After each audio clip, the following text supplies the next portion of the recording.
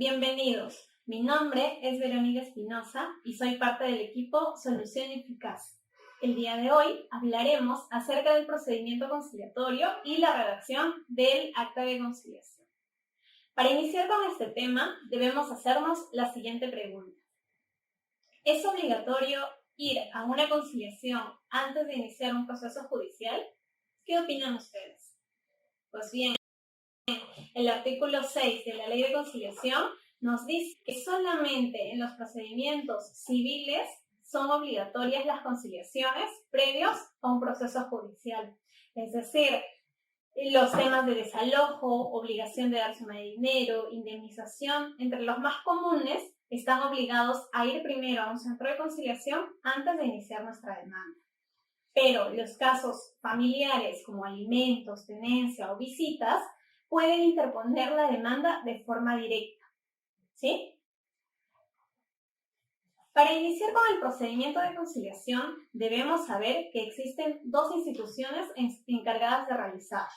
La primera es los centros de conciliación extrajudicial particulares y la otra es los centros de conciliación del Estado, que comúnmente conocemos como DEMUNAS. Ante cualquiera de estas dos instituciones podemos solicitar nuestra conciliación. ¿Y cómo pedimos la conciliación? A través del llenado de una solicitud. Esta solicitud, la persona que nos recibe el documento debe verificar que nuestro pedido sea materia conciliable, tengamos legitimidad para obrar y tiene que verificar que los documentos que presentemos tienen que estar relacionados con el conflicto. Ahora vamos a desarrollar cada uno de estos puntos. Cuando hablamos acerca de las materias conciliables, según la última directiva emitida por el Ministerio de Justicia, que es la 69/2016, nos detalla cuáles son las materias conciliables. Dentro de ellas, en forma general, tenemos las de índole familiar, civil, algunas contrataciones con el Estado y lo que nosotros podamos plasmar en nuestra solicitud. Las materias conciliables más conocidas son la pensión de alimentos, el régimen de visitas, la tenencia, la resolución de contrato, el otorgamiento de escritura pública, el desalojo, división y partición, incumplimiento de contrato, indemnizaciones. Estas son las materias más comunes que uno puede pedir ante un centro de conciliación. 2. Hablamos que uno de los requisitos para que nuestra solicitud sea aprobada por el centro de conciliación debe ser la legitimidad para obrar. ¿Saben ustedes qué es la legitimidad para obrar? Bien, el concepto nos dice que la titularidad le corresponde a los directamente vinculados en una relación obligacional preexistente. ¿Qué significa eso? Por ejemplo, la legitimidad para obrar se refiere directamente al pedido que nosotros hacemos cuando veamos afectados nuestros derechos personales o patrimoniales. Es decir, cuando la obligación directa del problema que nos encontramos nos veamos afectados directamente. Es decir, yo no podría reclamar los derechos que afectaron a un familiar o a un vecino, porque yo no tendría ningún motivo para intervenir en ese conflicto. Yo puedo reclamar y hacer valer mis derechos, pero no los de otra persona. A eso se refiere la legitimidad para obrar. Dentro de este punto, vamos a analizar también lo que se refiere a la representación de las personas que se otorga para poder participar en una audiencia de conciliación. Esta representación debe tener solamente 3 motivos por los que son aceptados en un centro de conciliación. El primero es cuando la persona que otorga el poder, comúnmente llamado el poder dante, vive en el extranjero. Se certifica que esta persona no está domiciliando en el país. Por este motivo es aceptada el poder que se otorga. El otro motivo es cuando se encuentra impedido de trasladarse al centro de conciliación. Este impedimento, la norma lo define y lo detalla en un supuesto claro.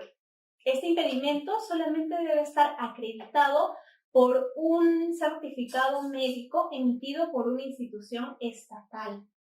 Nosotros no podemos aceptar un poder cuando nos traen un certificado médico particular. La norma precisa que solamente el impedimento para constituirnos a un centro de conciliación debe ser dado por una institución estatal.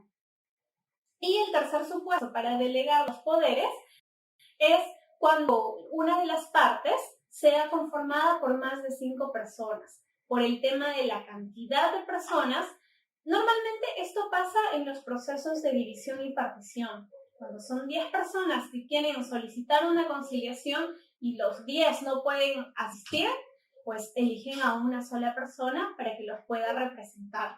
Por el tema de cantidad, podemos aceptar el poder. Entonces, recuerden, solamente existen 3 supuestos por los que nos pueden aceptar el poder en un centro de conciliación.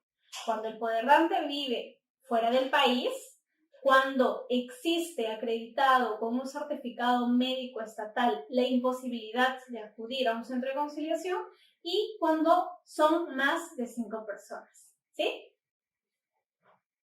Ahora, para nosotros o los centros de conciliación deben cumplir con ciertas formalidades para aceptar este tipo de poderes. La norma nos precisa que estos poderes deben tener una literalidad exclusiva, que es la de conciliar extrajudicialmente y de disponer materia del derecho de conciliación. En el poder que yo otorgo por desconocimiento, no le puse literalmente esta frase, el centro de conciliación al que yo presento no me lo va a poder recibir y me lo va a rechazar. Y no porque ellos sean malos, sino porque la norma establece que si no tengo esa literalidad, no puedo hacer acto de representación en un procedimiento conciliatorio. Ahora, estábamos hablando de los 3 requisitos que tenía que cumplir nuestra solicitud para que el centro de conciliación nos admita la solicitud, ¿verdad? Uno de los del tercer punto, es verificar que se adjunten los documentos relacionados con el conflicto. Este punto es relativamente sencillo. En este punto, el conciliador debe verificar que presentemos nuestra solicitud, el DNI vigente y los documentos. Cuando hablamos de documentos que tengan relación con nuestro problema. Por ejemplo, si vamos a pedir un desalojo, debo yo como propietario acreditar con mi título de propiedad, mi copia literal, que soy dueño del inmueble por el cual estoy pidiendo el desalojo. Si hablamos de un tema de obligación de dar suma de dinero, debo demostrar con mis boletas, con mis facturas, con mis contratos, dónde se ha originado la obligación de prestar el dinero, ¿sí? A esto se refiere con este tipo de documentos. Vamos a pasar netamente al desarrollo del procedimiento de la conciliación. El Ministerio de Justicia para esto ha emitido un flujograma del procedimiento conciliatorio. ¿Pero qué significa esto? Este cuadro nos detalla paso a paso cuál es el procedimiento desde que iniciamos la solicitud de conciliación hasta nuestra acta de conciliación. Vamos a explicarlo ahora. Una vez que nosotros presentamos nuestra solicitud de conciliación, cumplimos con los requisitos ya mencionados, el centro de conciliación tiene un día hábil para designar a un conciliador que se vaya a encargar de nuestro caso. Un día hábil, recuerden. Una vez que el conciliador toma a cuenta nuestro proceso, a él se le otorgan 2 días hábiles. ¿Para qué? Para redactar la invitación de conciliación. Esto no quiere decir que el conciliador lo pueda hacer antes, es decir, en un solo día. El plazo máximo que tiene son 2 días hábiles. Una vez que termina de redactar la invitación, se le da a 7 días hábiles para la programación de la famosa audiencia de conciliación, ¿correcto? Un día después que el conciliador termina de redactar la invitación, se empiezan a contar los plazos, los 7 días hábiles, para la programación de la audiencia de conciliación, ¿correcto? ¿Qué pasa cuando programamos la conciliación y nuestra parte invitada, la parte a la que estamos llamando a conciliar, no asiste? El conciliador, a cargo de nuestro trámite, deberá generar un documento que se llama constancia de asistencia. ¿Y qué menciona ese documento? Indica que ha asistido la parte interesada, en este caso nosotros, y que la otra parte no asistió. Como es un procedimiento de conciliación y según la norma tiene que tener 2 fechas de conciliación, nos dan la programación de la segunda cita. ¿Y cuánto es este tiempo? El mismo que el primero, 7 días hábiles para la programación de la segunda audiencia de conciliación, contados a partir del día siguiente de la programación, en este caso de nuestra constancia de asistencia, ¿correcto? Entonces, en este entendido, tenemos que el procedimiento de conciliación no puede durar más de 30 días hábiles. A continuación, veremos las formas de conclusión del procedimiento conciliatorio. El primero es el acuerdo total de las partes. Este punto refiere cuando las partes llegan a un acuerdo sobre la totalidad de pretensiones planteadas en la solicitud. La segunda forma es el acuerdo parcial. Este punto refiere cuando solo se concilia parte de la totalidad de pretensiones plasmadas en nuestra solicitud. Es decir, no llegamos a conciliar todo lo propuesto o planteado en nuestra solicitud de conciliación. La tercera forma de conclusión es la falta de acuerdo. Esto refiere cuando las partes asisten a la audiencia, participan de ella, pero pese a los esfuerzos del conciliador no desean llegar a ningún acuerdo. Entonces, se les genera un acta de conciliación indicando su asistencia, pero que no ha habido ningún tipo de acuerdo sobre la pretensión plasmada en la solicitud. Otra de las formas de conclusión es la inasistencia de una de las partes. En este punto hay que recalcar que solamente puede darse cuando la misma parte deja de asistir por 2 veces a la citación de conciliación, ¿sí? El otro punto es inasistencia de ambas partes. Se convoca la audiencia de conciliación, pero ni el solicitante ni el invitado llegan a concurrir el día programado de su audiencia. A eso se refiere. Y la última es por decisión debidamente motivada por el conciliador. Este punto es un punto atípico, no se da frecuentemente y solo se aplica en los casos cuando una de las partes se retiran del centro de conciliación o se niegan a firmar el acta de conciliación. En este caso, no se les obliga a las partes a firmar el documento, solamente el conciliador deja constancia de que asistieron y que no quisieron firmar el documento. A esa forma de conclusión se le llama decisión debidamente motivada del conciliador. Conclusión por inasistencia de una de las partes. Cuando un procedimiento de conciliación termina por este motivo, es la parte que no asistió puede ser pasible a una multa que es designada por el juzgado en un procedimiento posterior judicial. Y también a la parte que asistió, que propuso la conciliación, cuando ésta lo lleve a un proceso judicial, el juez va a tomar como cierto todo lo que nosotros hemos planteado en nuestra solicitud, cosa que perjudicaría a la parte que no ha asistido a la conciliación. Entonces, ojo con eso. Ahora, ¿el acuerdo conciliatorio en qué consiste? El acuerdo conciliatorio tiene que tener 2 elementos importantes: la autonomía de voluntad y vamos a ver también cuáles son las restricciones de la autonomía de voluntad. ¿Qué consiste la autonomía de voluntad? Cuando una conciliación se da enmarcada dentro del marco legal. Quiere decir que los acuerdos que nosotros vamos a plasmar en la conciliación están normados, están regulados, están dentro de nuestro reglamento vigente, dentro de nuestra normativa vigente. Ahora, ¿qué va en la restricción de la autonomía de la voluntad? Yo no puedo llegar a un acuerdo con otra persona que sobrepase mis derechos o los derechos de esta persona o que vaya en contra de las normas o en contra de las costumbres. Ahí empiezan las limitaciones de la autonomía de la voluntad. cuando empiecen a perjudicar mis derechos o los derechos de la otra persona. Cuando quiero llegar a un acuerdo en ese extremo, no se puede hacer, no se puede realizar la conciliación. Para que nosotros sepamos cuándo una conciliación es exigible, es válida, se puede ejecutar, tenemos que verificar que cumpla con 3 características importantes. El acta de conciliación tiene que ser cierta, expresa y exigible. ¿Cómo cierta? Nos dice, cuando son concordantes con la realidad y son de carácter indubitable.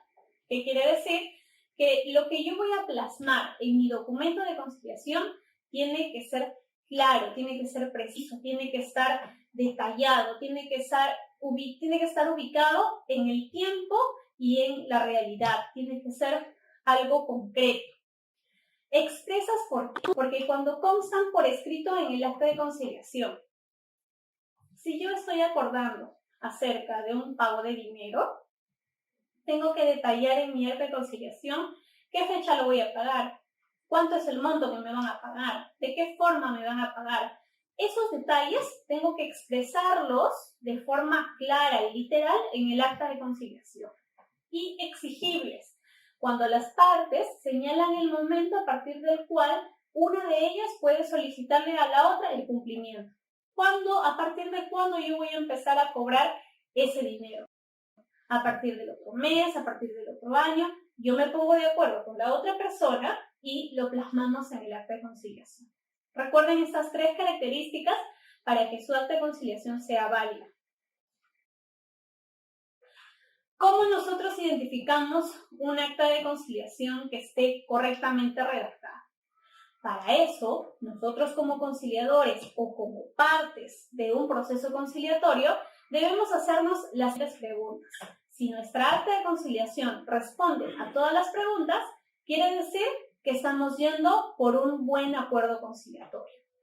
¿Quién? ¿Quién va a realizar la acción? ¿Quién va a realizar la obligación a la cual me estoy comprometiendo en el acta de conciliación? ¿Qué? ¿Qué voy a realizar? ¿Cómo? ¿Cómo lo voy a hacer? ¿De qué manera? ¿Qué día? ¿Qué fecha? ¿En qué momento? ¿Y dónde? ¿Cómo se va a hacer efectivo el pago, la entrega, etcétera? Recuerden que el acta de conciliación debe responder a estas preguntas para que ustedes verifiquen que el acta de conciliación es cierta, expresa y exigible.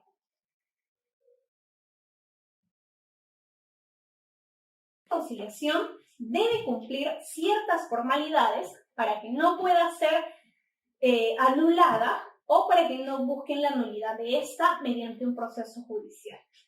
Hay que tener en cuenta estas formalidades cuando tengamos a la vista un acta de conciliación. El acta debe tener un número correlativo. El acta propiamente dicho es diferente al número de expediente que se le asigna en el centro de conciliación.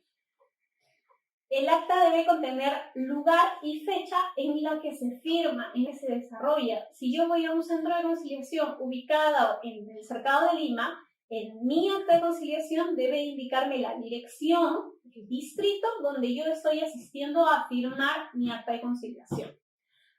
Por supuesto, nombres, número de DNI y domicilio de las partes. En el caso de que tengan representantes, hay que mencionar el poder en su NAR, el número de partida, los nombres completos del podergante, hay que detallar eso.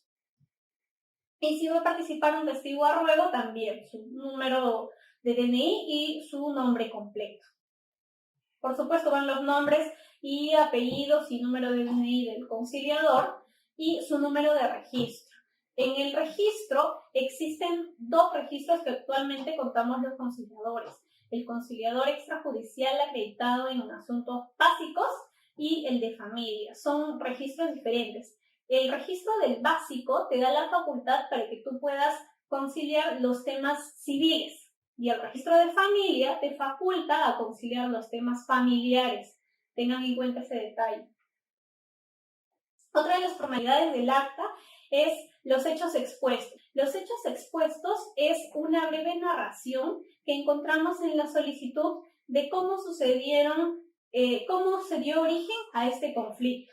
Los hechos expuestos en la solicitud son detalles, narraciones que nos proporcionan las partes para nosotros transcribirlo en el acta de conciliación.